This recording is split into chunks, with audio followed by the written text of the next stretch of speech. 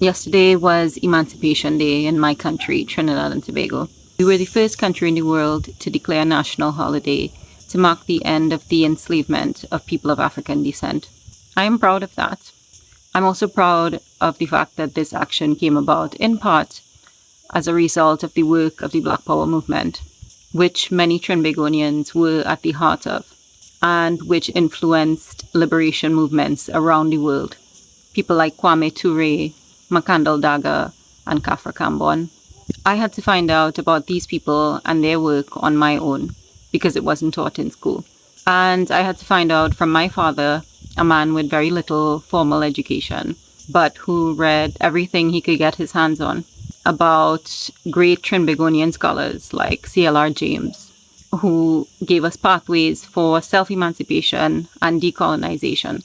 So given that we should now be focused on emancipation and how much we owe to those who came before us, I struggle to make sense of the political skullduggery and dog whistling that is happening in my country right now. I'm currently in the middle of a research project which looks at the socio-political attitudes and values of Indo-Caribbean people throughout the diaspora.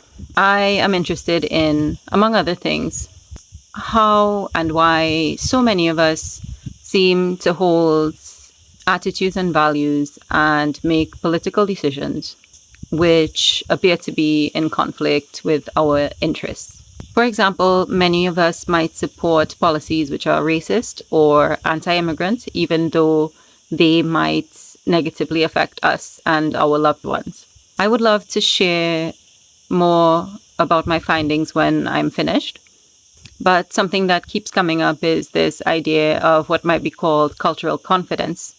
So having a strong sense of pride in one's origins, culture, ancestors. You might expect that this may make people more prejudiced against members of other groups.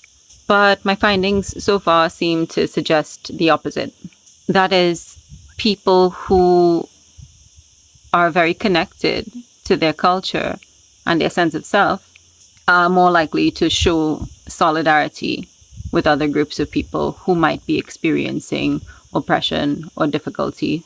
It wasn't that long ago that people of Indian descent in Trinidad and Tobago were routinely ridiculed about their culture, their food, their surnames.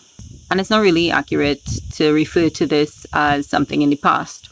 And we can see an example of this in the recently leaked phone conversations between members of the wealthiest and most powerful group in Trinidad and Tobago.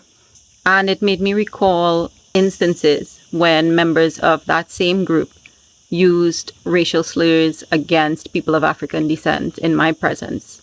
And they seemed shocked when I cussed them out about it.